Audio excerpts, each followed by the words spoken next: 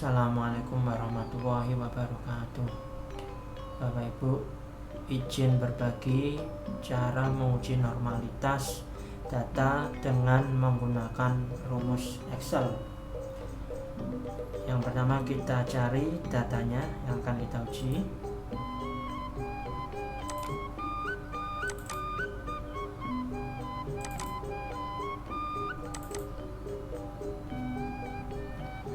Ini datanya Bapak Ibu. Kita akan menguji normalitas pada kelas stat, apakah nanti berdistribusi normal atau tidak berdistribusi normal. Nah, untuk yang pertama, kita mengurutkan datanya dulu. Kebetulan data ini sudah saya urutkan Bapak Ibu, dari yang terkecil ke yang terbesar. Lalu langkah yang kedua yaitu mencari rata-ratanya. Rata-rata kita dapat cari dengan menggunakan rumus Excel. Pertama kita ketik sama dengan, lalu average. Nah, ini average kita klik 2 kali. Lalu pada data yang dituju, misalnya ini pada 65, ini pada C6, kita klik di situ, lalu dapat kita short sampai akhir data. Jangan lupa untuk memberi tanda kurung tutup, lalu kita enter. Nah, temu ini rata-ratanya. Lalu langkah yang selanjutnya yaitu mencari standar deviasi. Standar deviasi juga dapat kita cari dengan menggunakan rumus Excel. Kita ketik sama dengan, lalu ST di situ muncul STDEV. Ini yang S, Bapak Ibu, kita klik 2 kali. Nah, lalu kita tempatkan ke data tersebut. Kembali kita sort dari atas ke bawah. Oke, jangan lupa untuk memberi kurung tutup. Kita enter.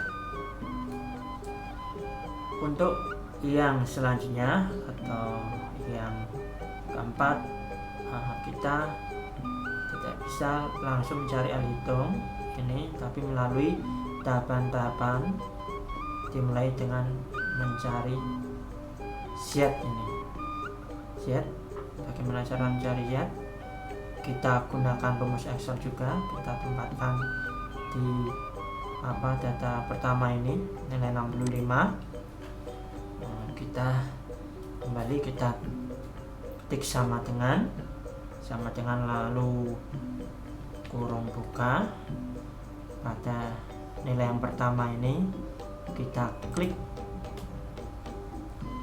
lalu kita kurangi, tanda kurang, dikurangi nilai rata-rata,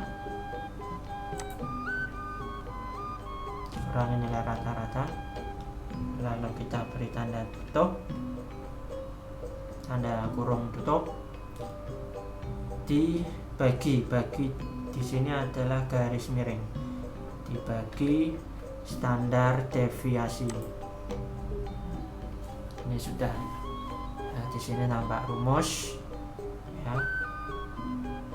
Lalu Bapak Ibu, di sini supaya stabil data ini, nanti ketika kita sort ini yang muncul semua ini pada K di sini, ini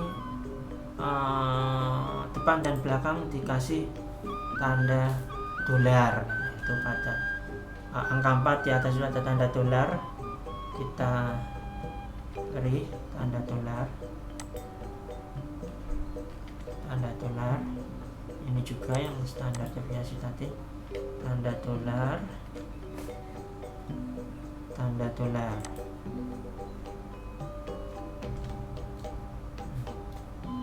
lalu bisa kita enter. Nah, temu Z pada ini data yang pertama. Lalu bisa kita sort di sini. Nah, muncul semua Z-nya. Apa yang terjadi jika tidak menggunakan tanda dolar?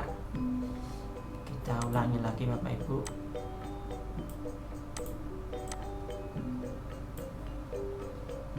Ya, tadi Z, rumusnya tadi sama dengan kurung buka data pada kelasnya yang pertama, lalu dikurangi rata-rata, terus kurung tutup, dibagi garis miring standar deviasi, enter. Memang ketemu, tapi coba kita short. Nah, ternyata ini harus memasukkan rumus ini, tanda bahwa ini tidak stabil. Dari itu supaya stabil kita hapus dulu.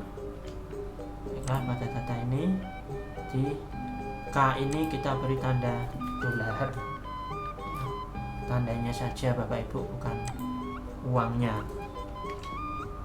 Oke, ini juga deviasi kita beri tanda dolar, lalu kita enter, temu, lalu kita short.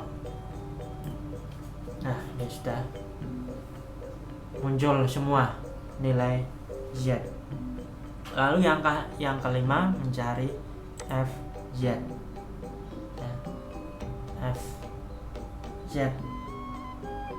ini dapat kita cari dengan menggunakan rumus sama dengan ini, terus normal. Nah, normal ini pilih yang normal .s.dis. Temu Bapak Ibu, ini ada tanda kurung buka, kita tempatkan nilai Z ini ya, nilai Z ini. Nah, yang pertama sampai akhir, lalu kita beri kurung tutup, kita enter. Nah, ini ada. Apakah Anda ingin mengoreksi? Ini yes saja Bapak Ibu. Setelah ketemu, lalu dapat kita, supaya ini juga tidak berubah nanti fungsinya, ini bisa ini di 20 nya ini kita hilangkan, yang bawah enter, lalu kita short juga ini. Nah, sudah ketemu.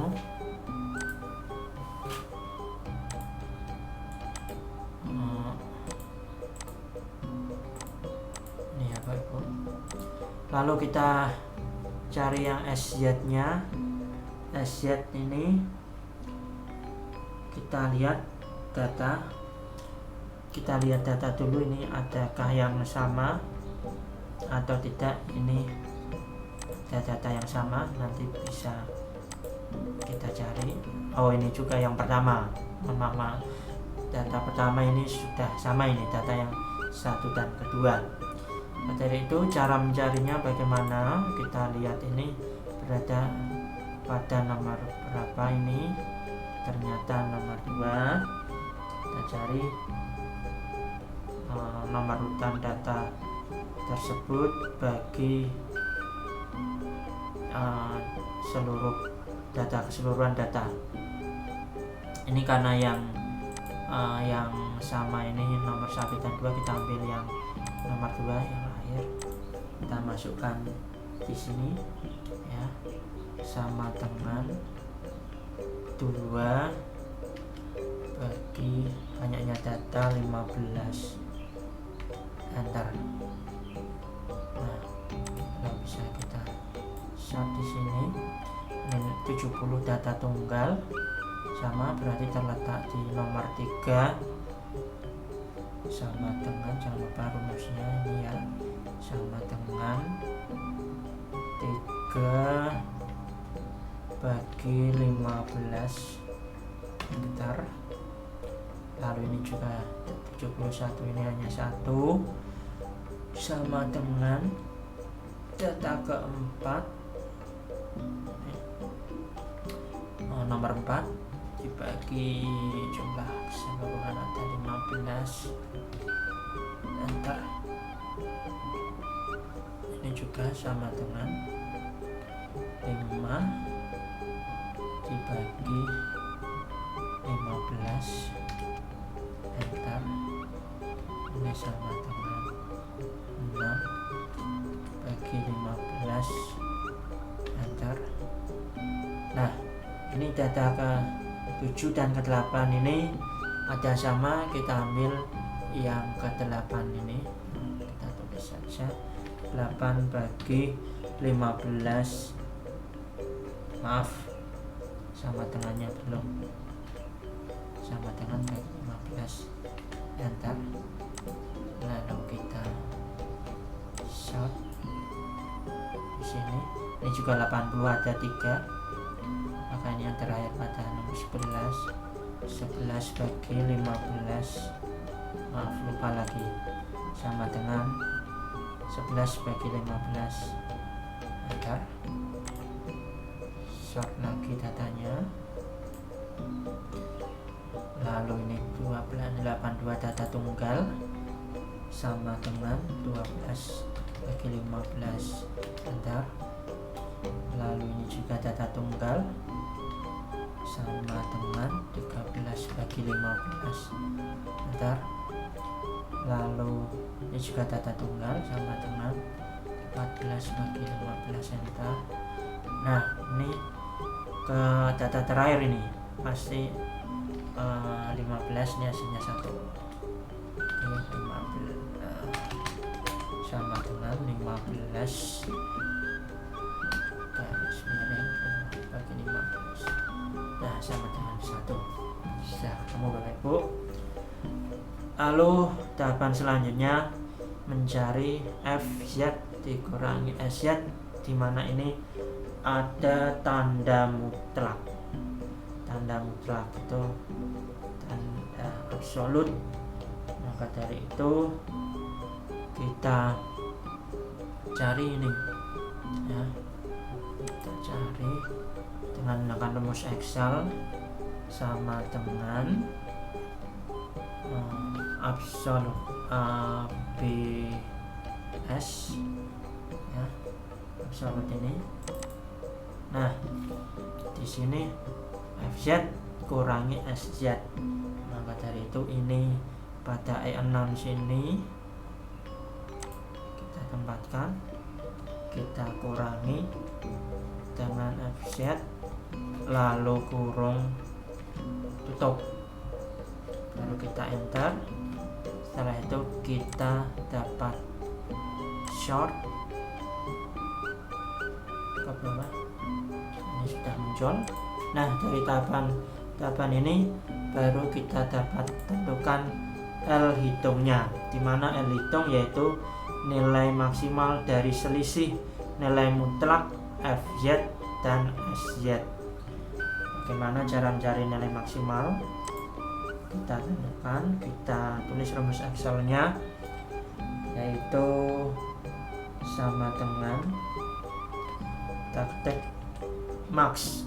Max ini maksimal.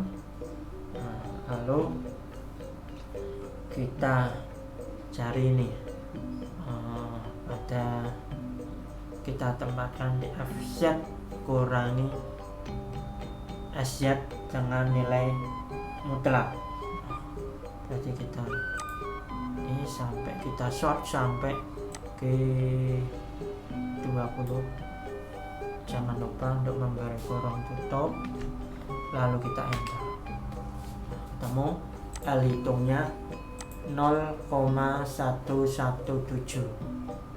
Nah, sekarang kita tentukan L tabelnya. L tabel ini kita dapat pada tabel uji Lily-Force. Kita harus cari dulu filenya. Nah, ini ada tabel uji Lily-Force.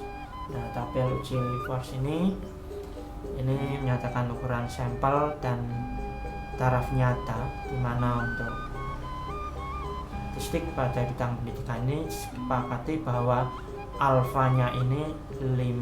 5% berarti ini 0,05. Tadi banyaknya data, N-nya itu 15, N-nya 15, alfanya 0,05. Maka kita dapat tarik perpotongan garisnya ya, N15 alfa 0,05. Jadi kita warnai supaya jelas. Nah, ini perpotongannya ada di berapa?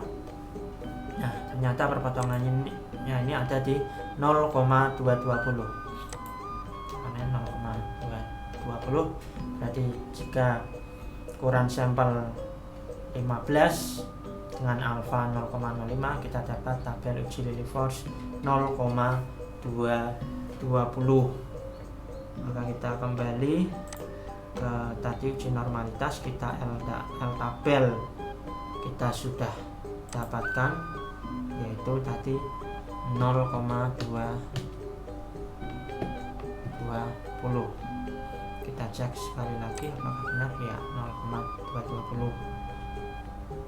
Nah, setelah Bapak Ibu, dari sini kita dapat menyimpulkan L tabel dan L hitung ini karena sudah diketahui, di mana ini L hitung kita dapat tulis di sini. L hitungnya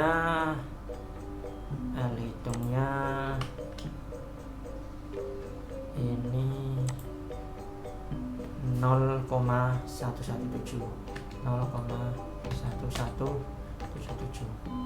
sedangkan L tabelnya ini 0,22. Nah, kita dapat bandingkan Bapak Ibu. Ini L hitung dengan L tabel ternyata lebih besar L tabelnya. Ya. Jadi kita beri tanda di sini antara L hitung dan L tabel. Kita beri tanda lebih kecil seperti ini. L hitung 0,117 lebih kecil dari L tabel 0,22. Maka di sini dapat disimpulkan kalau L hitung lebih kecil dari L tabel, maka data berdistribusi normal. Maka data kelas stat ini kita dapat simpulkan ini berdistribusi normal. Nah, sudah terbukti Bapak Ibu bahwa uji normalitas pada kelas stat ini dengan L hitung kurang dari L tabel atau L tabel lebih besar dari L hitung, maka data berdistribusi normal. Artinya data normal itu tidak melenceng ke kanan atau ke kiri pada kurva. Nanti kalau memakai kurva itu datanya menyebar, tidak di satu titik saja. Jadi sebagai contoh, bila pada evaluasi kita dapatkan pada 15 anak ini ternyata kok banyak yang dapat nilai 70, dalam ilmu statistik itu tidak normal ya, tidak berdistribusi normal. Tapi kalau menyebar misalnya ada yang dapat 70, 80, 5 ataupun di bawah KKM, misalnya KKM-nya 70 dapat 65 ataupun 50. Nah, data itu menyebar, nah itu dikatakan normal. Nah, ini proses pembuktiannya seperti ini. Baiklah, terima kasih penjelasan dari saya. Mohon maaf apabila ada kehilafan. Assalamualaikum warahmatullahi wabarakatuh.